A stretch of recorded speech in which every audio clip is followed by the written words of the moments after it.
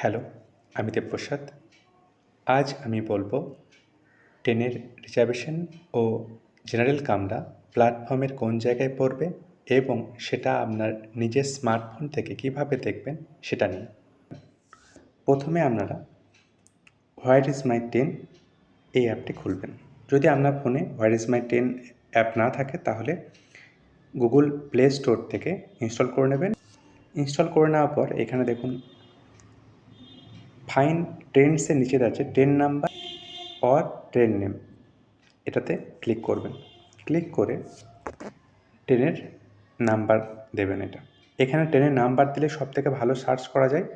ট্রেনের নাম্বার যদি আপনারা না জানেন কোন স্টেশন থেকে কোথায় যাচ্ছেন সেটা লিখে ট্রেনের নাম্বারটা এখান থেকে দেখে নেবেন। ট্রেনের নাম্বার এখানে দেওয়ার পরে সার্চ করলেই এখানে দেখুন দেওয়া আছে 3 নম্বরে কোচ দেওয়া রয়েছে উপর দিকে। কোচে ক্লিক করলে আপনারা পুরো লেআউটটা পেয়ে যাবেন, কোন কোচ কোথায় পড়েছে। দেখুন এখানে সামনে দিকে লেডিস রয়েছে, এটা লেডিসটা ভ্যারি করে সামনে পিছনে হয়। তারপরে দেখুন জেনারেল কামরা 3টে রয়েছে, তারপরে টু সিটিংয়ের জন্য রয়েছে 3টে, তারপরে এখানে দেখুন স্লিপার ক্লাস রয়েছে একটা, এসি থার্ড এসি রয়েছে একটা, তারপরে দেখুন এসি চেয়ার কার রয়েছে, তারপরে দুটো জেনারেল রয়েছে। বিভিন্ন ট্রেনের জন্য একইভাবে আপনারা দেখে নিতে পারবেন যে কোন কোচ কোন জায়গায় পড়েছে।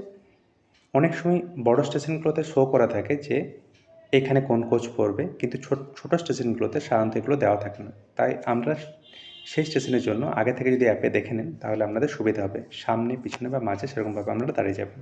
ধন্যবাদ।